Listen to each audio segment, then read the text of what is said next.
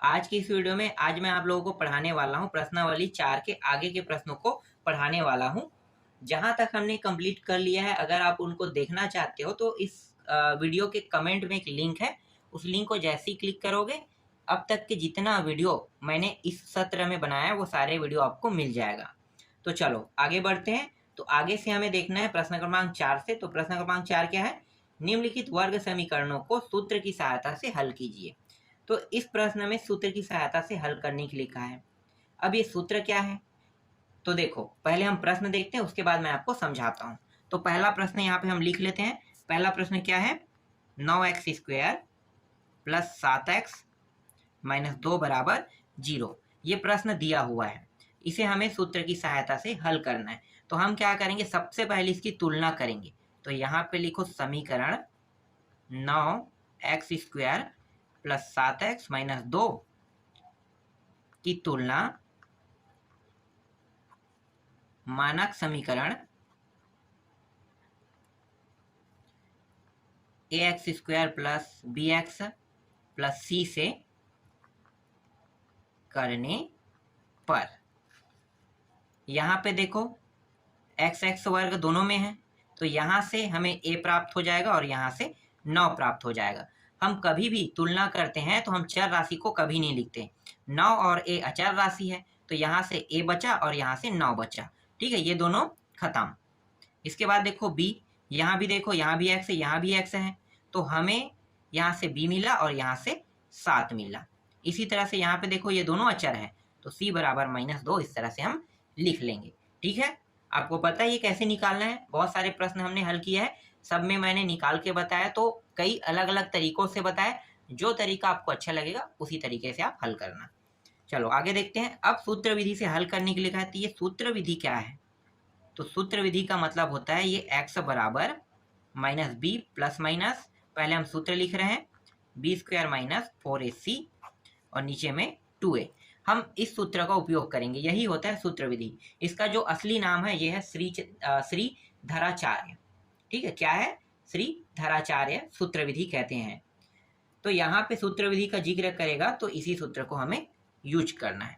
चलो अब यहाँ पे इनके मानों को रख देते हैं। यहाँ पे b है, a b c है, तो इनके मानों को रख देते हैं। तो यहाँ पे हमने a b c का मान निकाल लिया है, तो यहाँ पे आ गया -b, प्लस माइनस लिखेंगे, फिर अंडर रूट के अंदर कितना है?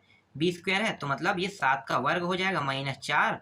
a का मान कितना है? देखो 9 है, 9 हो जाएगा। और c का मान कितना है? देखो -2, तो ये रहा -2। यहाँ पे आ गया 2 और a का मान 9। इस तरह से यहाँ पे मान प्राप्त हो गया। ठीक है, आगे हल करेंगे। अब बस यहाँ पे देखो एक चीज मैं भूल गया था, यहाँ पे b का मान भी रख लेते हैं। यहाँ पे b का मान कितना है? 7, तो ये 7 हमने रख लिया। ठीक है, यहाँ पे माइनस था। चलो आगे हल करते हैं। तो ये रहा -7 प्लस माइनस, अंडर रूट के अंदर को पहले हल करो, तो ये 7 × 7 कितना हो जाएगा? 49 हो जाएगा। यहाँ पे देखो ये भी माइनस, ये भी माइनस, 2 बार आ रहा है, मतलब ये प्लस हो जाएगा। इसको गुणा कर दो, कर लो, तो ये हो जाएगा 4 दूनी 8, 8 निया कितना होता है? 72, तो यहाँ पे आ गया 72 इस तरह से। और नीचे में कितना है? 9 दूनी 18, तो ये हो गया 18। ये -7 प्लस माइनस, इन दोनों को जोड़ देते हैं, तो ये 9 2 11 का 1 हासिल आई, यहाँ पे 1 तो 8 और 4 कितना होता है? 12, तो ये हो गया 121 हो गया। और नीचे में है 18। अब यहाँ पे देखो 121 जो है ये 11 का वर्ग होता है। इसका मतलब क्या है कि हम 11 × 11 इस तरह से लिख सकते हैं, और जोड़ा बनाएंगे तो 11 बाहर हो जाएगा, तो हम डायरेक्ट यहाँ से 11 बाहर निकाल लेते हैं। तो ये हो गया -7 प्लस माइनस, यहाँ पे 11 बाहर आ गया और नीचे में कितना है? 18 दिया है। अब क्या करेंगे? अब आगे हल नहीं हो रहा है। ठीक है, अब आगे हल नहीं हो रहा है, तो अब क्या करेंगे? एक बार प्लस चिन्ह लेके हल करेंगे और एक बार माइनस चिन्ह लेके हल करेंगे, तो हमारा आंसर आ जाएगा। तो यहाँ पे हम ले लेते हैं, साइड में लिख ले, तो प्लस चिन्ह लेने पर यहाँ पे -7 प्लस 11, प्लस चिन्ह ले रहे हैं इसलिए यहाँ पे माइनस को छोड़ देना है, सिर्फ किसको लिखना है? प्लस को। तो ये प्लस हो गया और ये रहा 18। यहाँ पे x भी लिख लो। इसके बाद x बराबर क्या करेंगे? यहाँ पे घटा देंगे। देखो ये प्लस है, माइनस है, तो घट जाएगा, तो 11 में 7 घटाओगे तो कितना आ जाएगा? 4 आएगा। 4 अपान यहाँ पे हो गया 18। तो x बराबर 2 दूनी और 2 निया, तो यहाँ पे 2/9 यहाँ पे प्राप्त हो गया। यहाँ पे x का मान क्या प्राप्त हुआ? 2/9। ठीक है, एक मान निकल गया। अब दूसरा निकाल लेते हैं। दूसरे में हम ऋण चिन्ह लेंगे, लेने पर यहाँ पे x है, यहाँ पे इसका मान कितना है? -7 आगे में दिया है। अब ऋण ले रहे हैं तो यहाँ पे हम प्लस को छोड़ देंगे, किसको लिखेंगे? ऋण को लिखेंगे। ये 11 और यहाँ पे 18, दोनों माइनस में तो जुड़ जाएगा, तो जुड़ के कितना होगा? 18 होगा, और यहाँ भी 18। तो यहाँ पे x का मान कितना आ जाएगा? -1। 18 कम 18 कम, ये कट गया एक बार में, तो यहाँ पे आ जाएगा x का मान -1। तो देखो x के दोनों वैल्यू यहाँ पे निकल गया। ठीक है, x के एक वैल्यू क्या प्राप्त हो? 2/9, और यहाँ पे x के एक वैल्यू यहाँ पे -1 प्राप्त हुआ। तो श्रीधराचार्य सूत्र जो हम उपयोग करते हैं, इसका काम क्या है? इसका भी काम वही है जो गुणनखंड करता है। गुणनखंड जब हम करेंगे तो हमें x की 2 वैल्यू प्राप्त होगा, आपको पता है ना। इस तरह से प्रश्न जब हम देखते थे तो हम क्या करते थे? गुणनखंड करते थे। तो यहाँ पे x का गुणनखंड करने पे कितने वैल्यू प्राप्त होता था? 2। तो श्रीधराचार्य जो सूत्र है, इसका भी वही काम है, x के वैल्यू निकालना। लेकिन यहाँ पे स्पष्ट का है कि आप प्रश्न को सिर्फ सूत्र विधि से हल करो, इसीलिए हम क्या कर रहे हैं? यहाँ पे इस सूत्र को लगा रहे हैं। ठीक है, इस सूत्र को हम लगा रहे हैं। चलो आगे हल करते हैं। इसके बाद देखो दूसरा प्रश्न है, ये मैं नहीं बताऊंगा, सभी प्रश्नों को बताऊंगा तो समय वेस्ट होगा। तो इससे रिलेटेड जितने भी प्रश्न हैं, ठीक है, जो आसान है उसको मैं छोड़ देता हूँ, जो टफ रहेगा उसको बस मैं बताऊंगा आपको। तो आप लोग दूसरा बना के देखना, जैसे मैंने अभी बताया, सेम टू सेम बनेगा। तीसरा बना के देखना आप लोग, ये भी होमवर्क है आप लोगों के लिए। चौथा भी होमवर्क है, पांचवा भी होमवर्क है, छठवां भी होमवर्क है। अब डायरेक्ट आते हैं 7वां प्रश्न में। यहाँ पे थोड़ा सा आपको कंफ्यूजन ये कर सकता है। तो 7वां प्रश्न में आते हैं। अगर आप सभी प्रश्नों को ध्यान से देखोगे, मेरे द्वारा जितने भी प्रश्न बनाया जा रहा है उनको, तो आप लोगों के लिए एक बेनिफिट होगा, और ये आप लोगों का हेल्प भी हो रहा है कि प्रश्नों को हम जितना आसान कर सकते हैं उतने आसान तरीके से हल कर रहे हैं। तो यहाँ पे 8वां प्रश्न है, 9x का वर्ग माइनस यहाँ पे 4 बराबर 0 दिया है। देखो इस तरह से दिया है। अब यहाँ पे एक चीज हमें यहाँ पे और चाहिए, क्या? x। तो यहाँ पे x नहीं है, बिना x के समीकरण नहीं बन सकता। तो क्या करेंगे? 9x वर्ग, यहाँ पे प्लस लगाएंगे और 0x लिख लेंगे। ठीक है, 0 और x से गुणा करने पर कितना होगा? 0 का 0 होगा। तो ये चीज हम लगा सकते हैं। फिर -4 बराबर 0 नहीं है तो हम क्या करेंगे? 0 × x इस तरह से लगाएंगे, तब ये समीकरण बन गया। अब इसकी तुलना हम किससे करेंगे? हम मानक समीकरण से करेंगे। तो यहाँ पे लिखो समीकरण 9x² प्लस 0x -4 की तुलना मानक समीकरण क्या है? ax² plus bx plus c से करने पर।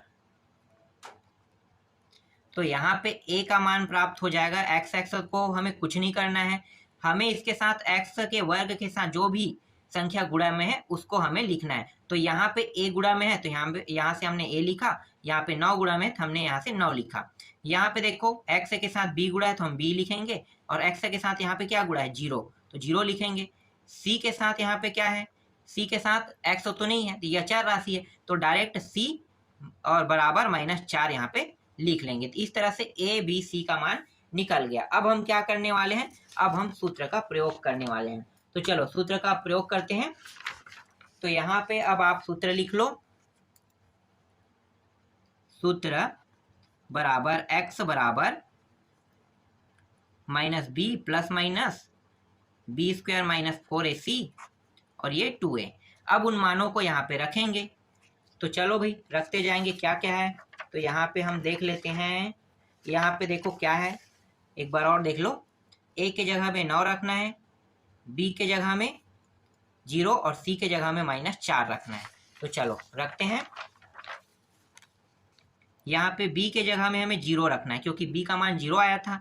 फिर -4। a के जगह में हमें क्या रखना है? a के जगह में 9 रखना है और c के जगह में -4 रखना है। ठीक है, तो इस तरह से हमने सभी मानों को रख लिया। और नीचे में क्या था? चलो आगे हल करते हैं। एक सेकंड मैं कहाँ पे हूँ, 1 मिनट। ठीक है, यहाँ पे आ गया। चलो देखो, ठीक है, यहाँ पे रखना है। तो यहाँ पे हम क्या करेंगे, यहाँ पे b के जगह में 0 रखेंगे। तो ये -0 प्लस माइनस, यहाँ भी b के जगह में क्या रहेगा, 0 का वर्ग, इस तरह से लिखेंगे। फिर 4 हो गया, फिर गुणित a के जगह में 9 रखना है और c के जगह में -4 रखना है, इस तरह से। अब रखेंगे 2 गुणित a के जगह में 9 रखना है। ठीक है, तो जो जो मान मैंने a b c का दिखाया उन्हीं मानों को उनके क्रम में मैंने रख दिया। ठीक है, अब आगे देखो, आगे क्या करना है हमें। यहाँ पे तो ये 0 हो जाएगा। ठीक है, ये माइनस रहेगा या प्लस रहेगा, 0 के साथ कुछ भी प्लस माइनस रहेगा वो हमेशा 0 ही रहता है। तो आपको उसको कुछ नहीं करना है, सिर्फ 0 लिखना है वहाँ पे। तो ये तो 0 बन गया, ये प्लस माइनस हो गया। इसके बाद यहाँ पे देखो, यहाँ पे क्या है, ये 0, ये भी खत्म हो गया, इसका भी रोल। यहाँ पे अब इसको देखते हैं, तो ये क्या है, माइनस, ये माइनस 2 बार आ रहा है, मतलब प्लस में होगा। तो यहाँ पे सभी मान प्लस में होगा। ठीक है, तो ये हो गया 4 चौक 16 और 16 निया कितना होता है, 144। तो यहाँ पे आ गया 144 आ गया। और 9 दूनी कितना हो गया, यहाँ पे 18। अब यहाँ पे देखो 144 जो है ये किसका वर्ग होता है, 12 का। मतलब अंडर रूट के अंदर अगर 12 गुणित 12 लिखोगे तो 12 बाहर आ जाएगा। तो मैं डायरेक्ट यहाँ से 12 को बाहर निकाल लेता हूँ। तो ये प्लस माइनस बस लिखूंगा और ये 12 और यहाँ पे रहेगा 18। तो यहाँ पे x का मान क्या आ गया, प्लस माइनस 12 18। अब ये प्लस माइनस आ रहा है, इसलिए हम क्या करेंगे, एक बार प्लस चिन्ह लेंगे, एक बार माइनस चिन्ह लेके हल करेंगे। तो यहाँ पे 2 खंड कर लेते हैं। यहाँ पे अब हम प्लस चिन्ह लेकर हल करेंगे। लेने पर प्लस चिन्ह लेंगे तो यहाँ पे x बराबर प्लस ले रहे हैं तो प्लस 12/18 हो जाएगा। कटा दो भाई इसको, तो ये हो जाएगा 3 के पहाड़े से कट जाएगा। तो ये 3 चौके और 3 छक्के। ठीक है, और ये कट रहा है 2 तिया, 2 दूनी और 2 तिया, इस तरह से। तो यहाँ पे x का मान कितना प्राप्त हो गया, 2/3 प्राप्त हो गया। ठीक है, एक मान प्राप्त हो गया, x का मान 2/3। जब हम ऋण चिन्ह लेंगे,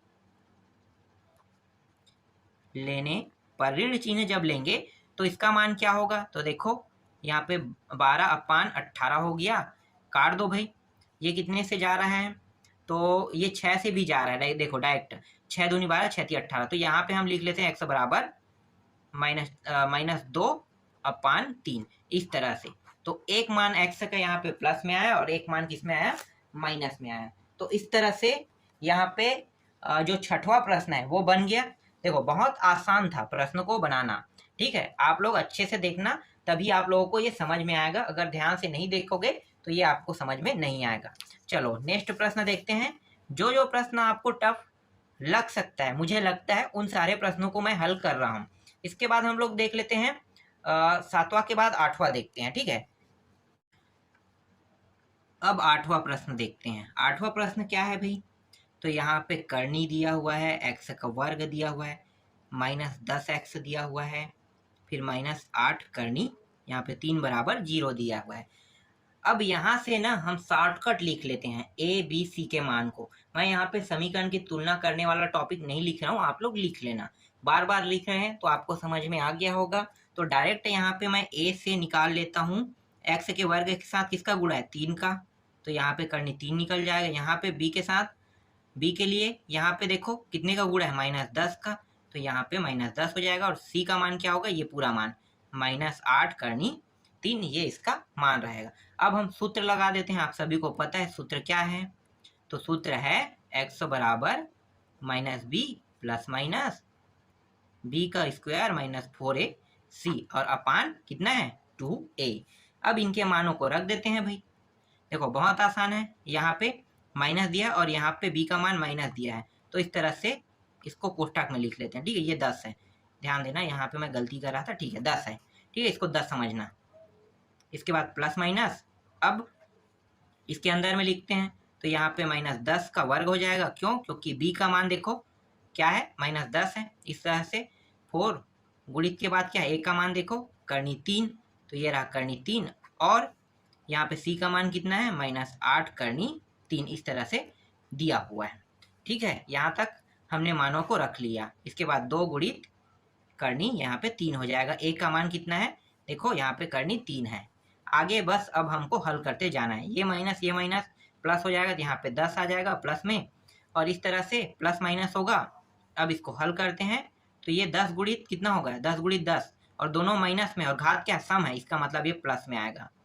आपको ये बात जानना ज़्यादा जरूरी है कि घात अगर सम है तो मान जो है वो प्लस में आएगा, और विषम है तो माइनस में आएगा। तो यहाँ पे सम था इसलिए ये 100 जो है प्लस में आया। इसी तरह से देखो यहाँ पे 2 बार ऋण है, मतलब ये मान प्लस में आएगा। इन सभी को हल करते हैं तो ये 4 और 8 करनी के बाहर है, इसलिए इनका पहले गुणा होगा, तो ये हो जाएगा 8 चौक कितना हो गया, 32। अब जो बचा है ना, ये 3 और ये 3, ये दोनों करनी के अंदर है। तो करनी के अंदर है तो ये आधा 3 है और ये आधा 3 है। आधा 3 क्या बन जाएगा, पूरा 3 बन जाएगा। ठीक है, समझ में आ रहा है कैसे होगा, मैं यहाँ पे आपको बताता हूँ। देखो ये करनी 3 था, ठीक है, और ये करनी 3 था। दोनों को अगर मैं गुणा करूंगा तो क्या होगा, इसे हम इस तरह से लिख सकते हैं, क्योंकि ये भी करनी के अंदर में, ये भी करनी के अंदर में, तो हम दोनों को इस तरह से करनी के अंदर लिख सकते हैं। ठीक है, तो यहाँ से बाहर क्या निकल गया, 3। इसी को मैं शॉर्टकट तरीके में आपको समझाने के लिए क्या कहता हूँ, ये दोनों मान लो आधा आधा है। ठीक है, इस तरह से निकलेगा। इसका मतलब ये है कि ये आधा 3 है, ये आधा 3 है। आधा आधा होके क्या बन गया भाई, आधा आधा गुणा होके पूरा 3 बन गया। ठीक, समझ में आया। तो ये शॉर्टकट तरीका है जिसको मैं यूज करके आपको बताता हूँ, जिससे आप कंफ्यूजन में ना पड़े। चलो आगे हल करें। इसके बाद यहाँ पे 2 है और यहाँ पे करनी 3 है, इन दोनों का भी गुणा। आगे हल करो तो ये हो गया 10 प्लस माइनस, यहाँ पे हो जाएगा 100। इन दोनों को गुणा करेंगे तो 32 दिया कितना होता है, 96। 3 दूनी 6 और 3 9। ठीक है, 96 आ गया। यहाँ पे 2 करनी 3 हो जाएगा। यहाँ पे 10 प्लस माइनस, इन दोनों को जोड़ोगे तो 196, और यहाँ पे 2 करनी, यहाँ पे 3 हो गया। इस तरह से अब यहाँ पे देखो 196 जो है ये 14 का वर्ग होता है। 14 का वर्ग मतलब करनी के अंदर में 14 गुणित 14, तो यहाँ पे बाहर क्या निकलेगा, 14 जोड़ा बना रहा है तो स्वाभाविक है 14 बाहर हो जाएगा। तो मैं डायरेक्ट यहाँ से 14 बाहर ले लेता हूँ। तो 10 प्लस माइनस 14, 2 करनी 3। एक बार हम प्लस चिन्ह के लिए हल करेंगे और एक बार माइनस चिन्ह के लिए। तो यहाँ पे लिखो प्लस चिन्ह लेने पर, प्लस चिन्ह लेते हैं तो यहाँ पे x बराबर 10 प्लस 14, और ये रहा 2 करनी 3। हल करो तो ये हो जाएगा 24 हो जाएगा, और यहाँ पे 2 करनी, ये 2 नहीं है 3 है। ठीक है, 2 करनी 3, 2 एकम 2 एकम 2 दूनी, यहाँ पे कितना प्राप्त हुआ, 12 अपान करनी 3 यहाँ पे प्राप्त हुआ। इसको हम कैसे लिख सकते हैं, आप लोगों को पता है, 12 को 4 गुणित 3 के रूप में लिख सकते हैं, बिल्कुल लिख सकते हैं। तो इस तरह से आप लिख लो, और ये रहा करनी 3। ये जो 3 है ना, इसको अब हम क्या करेंगे, आधा आधा में लिख लेते हैं। तो ये हो जाएगा 4 गुणित करनी 3, और ये करनी 3। इस तरह से हम इसको लिख सकते हैं। आपको पता है जिस तरह से करनी 3 गुणा होके पूरा 3 बनता है, उसी तरह से करनी 3 को भी हम आधा में लिख सकते हैं। तो आधा करनी 3, आधा करनी 3, पूरा 3 को हमने क्या किया, आधा आधा हिस्सों में बांट दिया। तो इस तरह से हम लिख लेते हैं। और यहाँ पे करनी 3 है, यहाँ पे ये को काट दो, ये रहा। अब बचा क्या है, बचा है 4 करनी 3, इतना बचा है। तो ये x का मान है। देखो x का मान यहाँ पे निकल गया प्लस चिन्ह लेने पर। अब ऋण चिन्ह लेने पर निकालते हैं। यहाँ पे ऋण चिन्ह लेने पर, तो यहाँ पे x बराबर 10 माइनस 14 हो जाएगा, और ये हो जाएगा 2, और ये रहा करनी 3। इसके बाद यहाँ पे x बराबर यहाँ पे हो जाएगा -4, और ये हो गया 2 करनी 3 हो जाएगा। यहाँ पे 2 एकम 2 दूनी, ये कट गया तो -2, और ये रहा करनी 3। तो यहाँ पे x का मान क्या प्राप्त हुआ, x का मान यहाँ पे प्राप्त हो गया -2 अपान करनी 3 यहाँ पे प्राप्त हो गया। तो यही क्या है, इसका आंसर है। ठीक है, तो इस तरह से यहाँ पे इसका आंसर निकल गया। 8वां भी बन गया। चलो आगे बढ़ते हैं अब 9वां प्रश्न की ओर। 9वां प्रश्न को आप लोग बना के देखना, बहुत ही सरल है, इसमें कोई भी करनी उर्नी नहीं जुड़ा हुआ है, तो आप इसे आसानी से बना लोगे। और यहाँ पे 10वां प्रश्न मैं आपको बता देता हूँ। ठीक है, थोड़ा सा जो आप लोगों को कठिन, आप लोगों के लिए कठिन हो सकता है, सिर्फ वही प्रश्न मैं आप लोगों को बता रहा हूँ। तो देखो 10वां प्रश्न क्या है, 2x² माइनस 2 और अंडर रूट के अंदर 6x प्लस 3 बराबर 0। यहाँ से a का मान 2 निकलेगा, b का मान यहाँ पे -2 करनी 6 निकलेगा और c का मान यहाँ पे 3 निकलेगा। इस तरह से समझ में आ गया। चलो अब सूत्र लगा देते हैं। तो यहाँ पे -b plus minus b² minus 4ac और ये 2a, यही सूत्र है। थोड़ा फास्ट करते हैं अब, ठीक है। तो -b यहाँ पे कितना है भाई, ये पहले से यहाँ पे देखो सूत्र में माइनस और यहाँ भी माइनस होती है, -2 करनी 6 हो जाएगा इस तरह से। फिर प्लस माइनस b का मान कितना होगा, तो देखो -2 करनी के अंदर 6 और इसका वर्ग था तो वर्ग लगा दो। यहाँ पे 4 गुणित a का मान कितना है, 2 है और c का मान कितना है, 3 है। तो इस तरह से यहाँ पे रखेंगे, यहाँ पे 2 गुणित a का मान कितना है, 2। तो इस तरह से ये हो गया, सभी मानों को हमने रख दिया। चलो अब हल करते हैं। तो यहाँ भी माइनस यहाँ भी माइनस, दोनों प्लस में हो जाएगा। यहाँ पे 2 और करनी के अंदर 6 इस तरह से रहेगा, ये प्लस माइनस। यहाँ पे हल करेंगे तो ये देखो ये किस में है, यहाँ पे घात जो है सम है, मतलब ये मान प्लस में आएगा। तो 2 दूनी 4 हो गया, आधा 6 क्या हो जाएगा, पूरा 6 हो जाएगा। फिर माइनस यहाँ पे, फिर 4 दूनी 8 और 8 गुणित 3 कितना होता है, 8 4 दूनी 8 8 या 24, तो ये आ गया 24 यहाँ पे। और नीचे में 4, यहाँ पे 2 और ये रहा 6, ये प्लस माइनस। यहाँ पे 6 चौक 24, ये हो गया 24 और ये भी 24। देखो दोनों मान की क्या प्राप्त हो रहा है, 24 और नीचे में 4। तो यहाँ पे 2 करनी के अंदर 6 प्लस माइनस, ये दोनों 0 हो जाएगा और यहाँ पे बचेगा 4 बचेगा, ठीक है 4 बचेगा। अब यहाँ पे देखो इस साइड में कुछ भी मान नहीं है, तो हम क्या करेंगे, प्लस माइनस लेके हल नहीं करेंगे, सिंपल सा हल करेंगे। अगर 0 इस साइड में होता तो हम यहाँ पे प्लस माइनस लेके हल करते, लेकिन 0 यहाँ पे है तो इसलिए ये प्लस माइनस का कोई वैल्यू नहीं, ये खत्म हो गया प्लस माइनस। अब क्या दिखाई दे रहा है हमें, 2 करनी 6 अपान 4 बस हमें दिखाई दे रहा है। हल करो, 2 एकम 2 दूनी, यहाँ पे तो ये हो गया अंडर रूट के अंदर 6 और यहाँ पे प्राप्त हो गया 2। तो x का मान क्या है भाई, देख सकते हो, ये हो गया अंडर रूट के अंदर 6 अपान 2, यही क्या इसका आंसर है। देखो कितना आसान था, ठीक है। इस तरह से प्रश्न को बनाया जाता है। इस प्रकार से ये पूरा प्रश्नावली कंप्लीट हो गया। आशा करता हूँ जितना मैंने आप लोगों को होमवर्क के रूप में दिया है उन सभी प्रश्नों को आपसे बन जाएगा और आप लोग बना लोगे, ये मैं आशा कर सकता हूँ आप लोगों से। तो इस तरह से प्रश्नावली 4 कंप्लीट हो गया। इसके बाद अगला प्रश्नावली के प्रश्नों को आप लोगों को हम बताएंगे।